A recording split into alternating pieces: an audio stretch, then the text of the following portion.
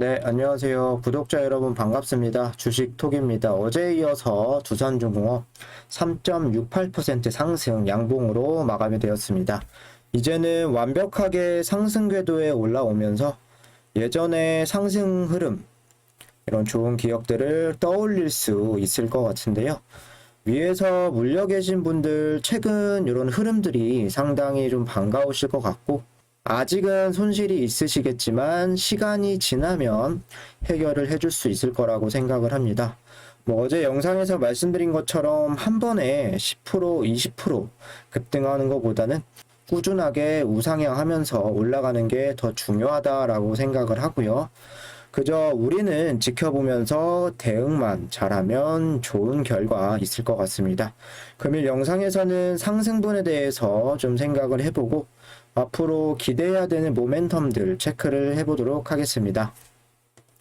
매번 말씀을 드리지만 두산중공업 내년 정권 이후까지도 지켜볼 예정이기 때문에 관심 있으신 분들이나 중장기 종목 선정하기 어렵다라고 하시는 분들은 필히 영상 끝까지 시청 부탁드리겠습니다.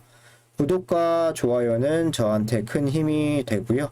제가 나아가고자 하는 방향, 소통하는 방송인 만큼 지금처럼 궁금하시거나 두중에 대해서 이야기하고 싶은 내용들이 있다면 댓글로 많이 남겨주시면 되겠습니다. 멘탈 잡고 길게 가져가는 방향으로 끌고 갈 생각이니 지속적으로 많은 관심 부탁드리도록 하겠습니다. 구독, 좋아요 눌러주셨으면 영상 시작을 해보도록 하겠습니다. 여기 보시면 두산중공업, 그리고 두산인프라코어, 두산밥텍까지 오늘 두산그룹주들 차트 이렇게 가지고 왔는데요.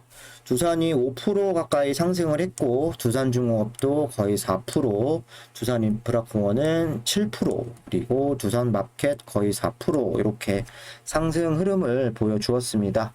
차트 모양이 대부분 상승을 했다가 고점을 찍고 좀 조정 이후에 다시 한번 상승을 하려는 이런 모습들로 비슷하게 보실 수가 있는데요. 두산의 지배 구조가 두산이 있고요. 그리고 두중이 있고 두인이 있죠. 이거는 7월 달에 또 분할이 되지만 여기에 두산마켓 그리고 플러스로 두산중공업이 대주주로 있는 두산 퓨어셀도 있는데 이거는 수소 관련 주죠. 요 두산 퓨어셀 같은 경우는 조금 따로 이렇게 움직이는 경향이 있기 때문에 가지고 오지는 않았습니다. 중요한 거는 두산중공업 차트겠죠. 현재 이렇게 상승하는 흐름이 이전에 상승을 처음 보여주었을 때 이런 느낌과 비슷하다라고 생각이 드는데 조금씩 올라가다가 조정도 한 번씩 이렇게 나와주고 그리고 쭉쭉 올라가다가 큰 양봉 흐름 터트려주는 게 가장 좋은 시나리오가 되겠죠. 지금 상황에서는 이때와 좀 비슷하게 주가가 움직이길 기대를 해봐야겠습니다. 잘 아시겠지만 두산그룹주들이 최근에 다시 상승할 수 있었던 이유는 재무적으로 안정화가 되어가고 있는데 채권단 관리해서 3조 6천억 원을 빌렸었죠. 작년에 그 중에서 절반은 갚았고 올해 나머지 금액을 다 상환할 예정으로 알려져 있죠. 그러면서 채권단 부담으로부터 좀 나올 수가 있는 부분이고요. 두산그룹 자체적으로 3조 원 규모의 또 재무구조 개선안도 현재 이행이 되고 있는 상황입니다. 여기에 이런 뉴스도 좀 있습니다.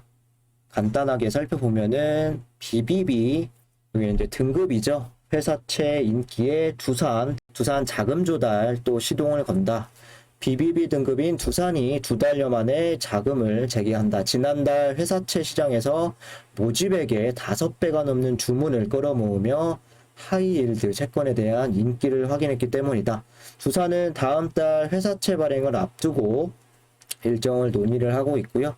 지난 5월 수요 예측 당시 400억 원 모집에 2,700억 원의 자금이 쏟아진 만큼 최대 1,000억 안팎의 조달 규모를 확대할 것으로 예상이 됩니다. 두산은 지난달 저녁 때 희망 금리 밴드 4.1에서 5.1%를 제시를 했지만 투자자가 이렇게 좀 몰리면서 연 3.6%로 확정이 되었죠. 쉽게 말씀을 드리면 자금 조달을 위해서 채권을 발행을 하는데 그만큼 기업이 신용할 수 있는 이런 기업까지 올라왔다, 이런 의미로 해석을 할 수도 있겠습니다. 그렇기 때문에 발행 규모보다도 훨씬 더 많은 참여 금액이 이렇게 쌓일 수가 있는데요. 두산도 있고 두산 인프라코어도 있는데 애초에 발행 규모 예상액보다도 훨씬 더 많은 금액들, 뭐 2070억이라든지 6890억 참여 금액이 쌓일 수가 있었습니다. 기업에 투자를 하려는 이런 관심도라고 볼 수도 있고요. 투자 수요가 늘어날 수도 있다는 점에서 이런 부분은 상당히 긍정적이다라고 말씀을 드릴 수가 있겠습니다. 요 회사채 같은 경우는 이제 만기가 있죠. 그러면서 만기가 다가오면 다가올수록 이제 회사에서 이런 부분에 원금을 또 상환을 해야 되고 이자까지 부담을 해야 되는 상황인데 두산이나 두산인프라코어 다시 한번 이렇게 진행을 한다는 부분, 상당한 자신감을 현재 내포하고 있다라고도 생각이 듭니다. 결국 두산 재무구조 개선 이제 막바지라고도 많이들 보셨을 건데요.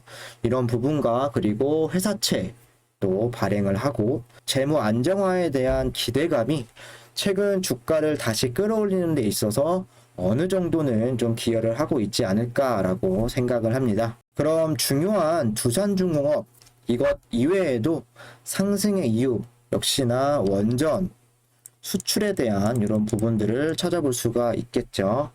체코 원전 뭐 아직은 시기상으로 1, 2년이 더 걸리기 때문에 멀었다라고 볼 수도 있지만 그런 기대감이라던가 이런 가능성은 우리가 이제 수주를 할 수 있는 가능성이 되겠죠. 그런 부분들을 좀 살려가면서 뭐 한 번씩 이렇게 진전된 내용들이 12월까지 좀 꾸준히 나와주는 게 중요하다라고 말씀을 여러 번 드렸었고, 다음 소식은 체코에서 이제 국내로 방한을 해서 원전, 현재 우리가 유지하고 운영하고 있는 원전 탐방 소식이 나와주기를 기대해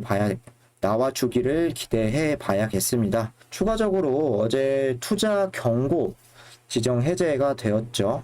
오늘은 한 단계 낮은 투자 주의로 내려왔고 아마 내일이면 이런 투자 경고라든지 주의라든지 경고 딱지가 다 떼질 것 같습니다. 10일 동안 재투자 경고 지정이 되는 걸 다시 조심을 하셔야 되는데 여기에 나와 있습니다. 세 가지 조건을 모두 동시에 갖춰야 하기 때문에 가능성은 좀 낮을 수밖에는 없겠죠. 뭐 첫 번째로 6월 7일 종가 32,000원보다 10일 동안 높게 올라가야 되는 부분이고, 그리고 해제 전일 어제 종가보다 높아야 되는 거고, 그리고 또 여기에는 40% 이상 또 상승하는 경우 이렇게 좀 나와 있는데요. 내일 이렇게 좀 풀리게 되면은 매수하는 데 있어서 제재가 좀 사라지고 아무래도 좀 자유로워지겠죠. 그래서 좋은 흐름을 지금 현재 이어가고 있는 상황에서 이번 주 매수세가 다시 한번 몰릴 가능성도 배제하면 안 되실 것 같습니다. 초반 영상에서 시간이 지나면 손실을 만회하실 수 있을 거다 이렇게 좀 언급을 드렸는데 그 부분 간략하게 좀 말씀을 드리도록 하겠습니다. 국내에서도 탈원전을 좀 하고 있지만 원전의 의존도는 계속 올라가고 있다라는 내용들 보셨을 텐데요. 여기 보시면 작년 코로나19로 전력 수요가 4% 줄었는데도 실제 핵발전 비중은 10%나 증가를 했다며 과거보다 핵발전소를 더 많이 돌리는데 전기요금이 올라가는 것들이 탈원전 때문이라고 하는 것은 앞뒤가 안 맞는 것이다 라고 이야기가 나왔습니다. 여기 보시면 16년도부터 원전의 이제 발전량과 비중이 나와 있습니다. 그러면서 뭐 한 차례 좀 낮아지기는 했지만 이번 정권 들어서고 나서부터는 또 계속 18년, 19년, 20년 계속 증가하는 추세다. 이런 부분들을 확인하실 수가 있을 거고요. 또 원전 가동률은 2019년 70%에서 작년 75.3% 4.7포인트 증가를 했다. 이거는 제가 한수원에서 또 원자력 발전소 현황을 가지고 왔습니다. 75% 정도로 늘었네요. 뭐 여기는 일단 한국전력의 통계치이고요. 그리고 여기는 제가 자주 말씀을 드렸던 한수원에서 가져온 이런 표인데, 발전량 추이만 보더라도 여기나 뭐 여기 정확한 수치 조금은 다르지만 2018년도부터 계속 원자력에 대한 이런 비중이 증가를 하고 있다라는 부분은 여기나 여기나 팩트가 되겠죠. 정부에서도 탄소 배출을 줄이면서 효율적으로 전력을 뽑아낼 수 있다라는 게 원자력이다. 이런 부분들 누구보다도 잘 알고 있을 것이고, 2018년도부터는 꾸준하게 상승을 하고 있다라는 부분 확인하실 수가 있겠죠. 2008년도부터 쭉 보셔도 석탄이나 가스, 이 발전 설비가 원자력보다는 훨씬 많은 거를 확인하실 수가 있는데요. 발전량 추이를 보면은 석탄이 근소 우위, 그리고 원자력이 두 번째, 그리고 가스가 세 번째, 이렇게 표로만 봐도 쉽게 알 수가 있습니다. 추가적으로 4년 국가에서 탈원전을 하면서 그 피해가 어마어마하다라고 좀 알고 있는데요. 이번 신한울원전 1호기 허가가 다시 불발이 되면서 지난 3년 가까이 손해액은 6조 6천억 원, 그리고 탈원전이 이제 시작이 되면서 원전 수주에 대한 부분들이 83%가 감소했다라는 부분들, 뭐 여기에다가 현재 국내 온실가스 배출량은 2억 6천만 톤이라고 하는데, 석탄 발전이 75%, 그리고 가스가 25%를 차지하고 있다라고 합니다.